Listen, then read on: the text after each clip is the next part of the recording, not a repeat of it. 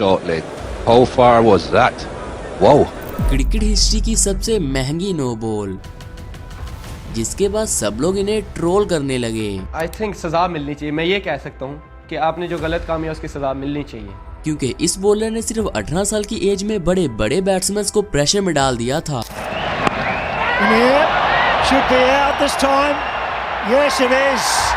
Fixing का सारा इल्जाम मोहम्मद आमिर पर लगा दिया गया। ना मैंने ये कभी कहा है कि मैंने कहा है कि आप नो बॉल कराओ, ना मैंने उसको एक्चुअल में कभी कहा है, और ना कभी वकार भाई से ये कहा था कि जी आप इसको मैंने कहा है। जहां एक साइड इमरान खान मोहम्मद आमिर की तारीफें करते नहीं थक रहे थे, वहीं दूसरी साइड अवाम आमिर को ट्रोल करने से नहीं रुक रही थी।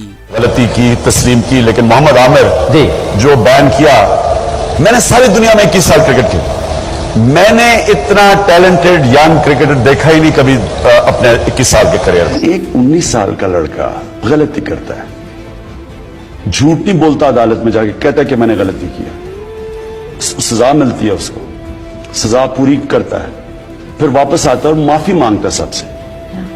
क्या है, उसको अकेलना चाहिए उसको। आमिर को पूरे पाकिस्तान में हेट किया जाने लगा। आमिर को किंग ऑफ नो बॉल पुकारा जाने लगा। लोगों ने तो मोहम्मद आमिर की फैमिली तक को नहीं छोड़ा। उसके पैसे नहीं खाते थे, नो बॉल नहीं रखी थी, नो बॉल तो उसको कराई गई।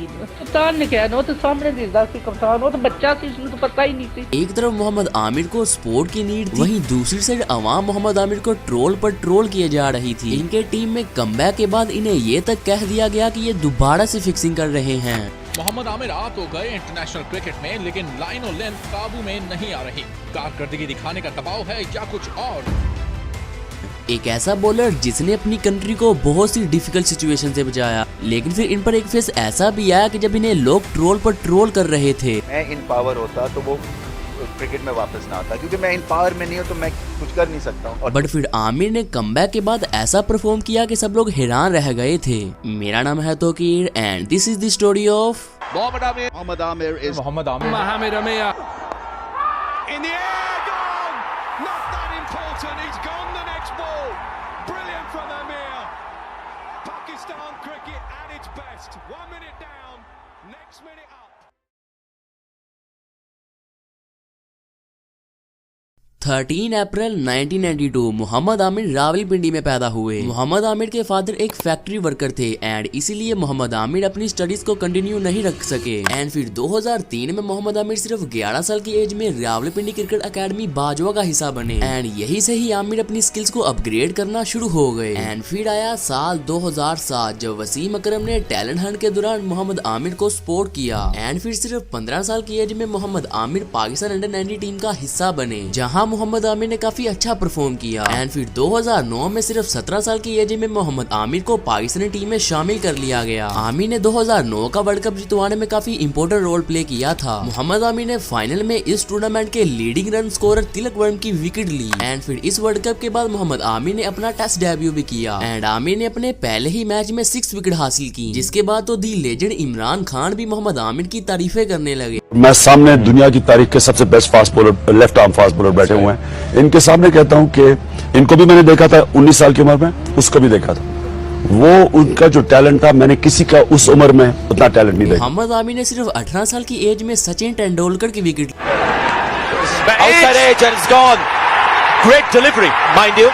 Some movement off the pitch and young man Mohammad Amir will remember this wicket for a long time. And Shane Watson जैसे बैट्समैन को भी मोहम्मद आमिर ने प्रेशर में डाल दिया था, लेकिन शुरू में आमिर ने अपने करियर की बेस्ट बॉलिंग ऑस्ट्रेलिया के अगेंस्ट की। पाकिस्तान और ऑस्ट्रेलिया के दरमियान होने वाली सीरीज के पहले ही टेस्ट मैच में मोहम्मद आमिर 5 विकेट हासिल करते हैं, जिनमें वो रिकी पॉन्टिंग जैसे बैट्समैन को आउट करते हैं। एंड इस सीरीज के बाद तो सब लोग यही बोल रहे थे कि पाकिस्तान को न्यू वसीम अकरम मिल गया है, लेकिन इसके बाद वो हुआ जिसका किसी ने सोचा भी नहीं था। 26 अगस्त 2010 पाकिस्तान इंग्लैंड के अगेंस्ट अपना 4th टेस्ट मैच खेल रही थी एंड फिर कैप्टन सलमान बट ने मोहम्मद आमिर को ओवर दिया, लेकिन इसके बाद वो हुआ जिसे कमेंटेटर्स भी हैरान रह गए थे। Shows you better off having that forward short leg. How far was that? Wow. That's like net bowling. Mohammad Aamir ने इतनी बड़ी नो बॉल की थी कि जिस पर यकीन करना भी मुश्किल हो रहा था। बट फिर जब रिसर्च की गई तो पता चला कि मोहम्मद आमिर, मोहम्मद आसिफ और सलमान स्पोर्ट फिक्सिंग के केस में शामिल हैं और इस फिक्सिंग के पीछे मास्टरमाइंड था मजहर मजीद, जिसने सलमान बट को फिक्सिंग में मुलविस किया और फिर सलमान बट ने मोहम्मद आमिर को। एंड इसके बाद कोर्ट ने सलमान बट पर 10 साल की पाबंदी लगा दी, जबकि मोहम्मद आसिफ पर 7 साल और मोहम्मद आमिर पर 5 साल की पाबंदी आयद की गई। ट्राइब्यूनल के सरबराह ने कही कि वो कम सजा देना चाहते थे शायद मोहम्मद आमिर को, लेकिन कानून ने उसकी इजाजत ही नहीं दी, इसलिए मोहम्मद आमिर को कम सजा देने की ख्वाहिश के बावजूद उनसे 5 साल की पाबंदी का ही सामना करना पड़ेगा। अब इन तीनों का ही करियर लगभग खत्म हो चुका था, लेकिन अभी भी अगर कोई टीम में वापस आ सकता था तो वो थे मोहम्मद आमिर। आमिर की एज इस वक्त सिर्फ 18 साल थी और वो अपने अंदर इस वक्त बहुत ज्यादा टैलेंट रखते थे। मोहम्मद आमिर ने अपने पी के 5 साल ज़ाया करने के बाद 2016 में कमबैक किया, लेकिन फिर कुछ वाइड बॉल्स की वजह से मोहम्मद आमिर पर इल्जामात लगाए गए। मोहम्मद आमिर आ तो गए इंटरनेशनल क्रिकेट में, लेकिन लाइन और लेंथ काबू में नहीं आ रही। कारकर्दगी दिखाने का दबाव है या कुछ और। एंड बहुत से लोग ये बोल रहे थे कि मोहम्मद आमिर अब सही से परफॉर्म नहीं कर पाएंगे एंड कुछ लोग तो इन्हें फिक्सर कहने लगे। बट फिर 2016 में मोहम्मद आमिर को एशिया कप की स्क्वाड में शामिल कर लिया गया। एंड इस एशिया कप के पाकिस्तान वर्सेस इंडिया वाले मैच में पाकिस्तानी बैटिंग लाइन में सिर्फ 82 रन पर ही ऑल आउट हो गए और सब लोग यही बोल रहे थे कि इंडिया ये मैच इजीली विन कर जाएगा। लेकिन मोहम्मद आमिर ने इंडिया के लिए ये टारगेट चेस करना भी डिफिकल्ट कर दिया था। इसके बाद मोहम्मद आमिर ने टेस्ट में भी उसी ग्राउंड में वापसी की जहाँ पर इनका लास्ट मैच था। एंड इतनी अच्छी परफॉर्मेंस दिखाने के बावजूद भी लोग इन्हें ट्रोल करने से नहीं रुक रहे थे। एंड फिर आया साल 2017 जहां मोहम्मद आमिर ने एक दफा फिर से पूरे पाकिस्तानियों के दिलों में अपनी जगह बना ली।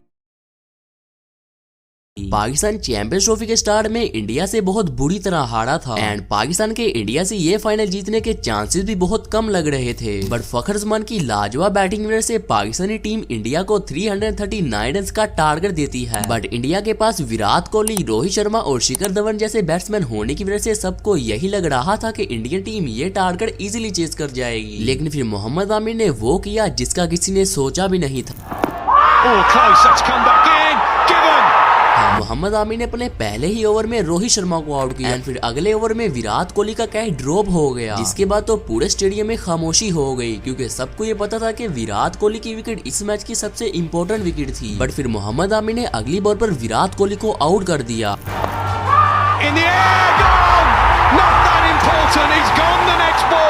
आमिर ने इंडियन टॉप ऑर्डर की धज्जियां उड़ाकर रख दी थी एंड इस तरह पाकिस्तान ने चैंपियंस ट्रॉफी का टाइटल अपने नाम किया। इसके बाद 2019 के वर्ल्ड कप में भी मोहम्मद आमिर ने काफी अच्छा परफॉर्म किया। बट एक दफा फिर से 2020 में एक ऐसी न्यूज सामने आई जिससे सब लोग हैरान रह गए।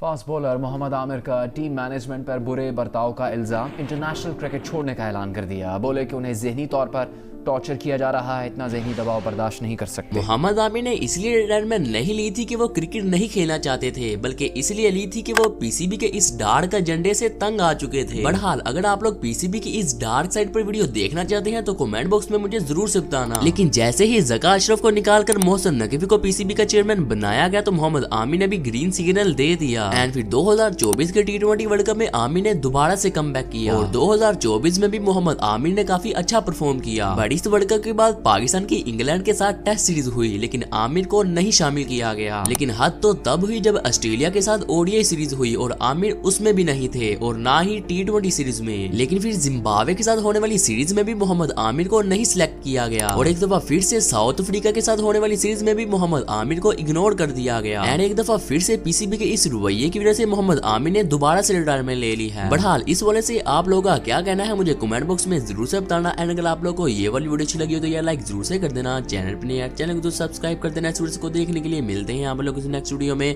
तब तक के लिए मेरी तरफ से सभी लोगों को अल्लाह हाफिज।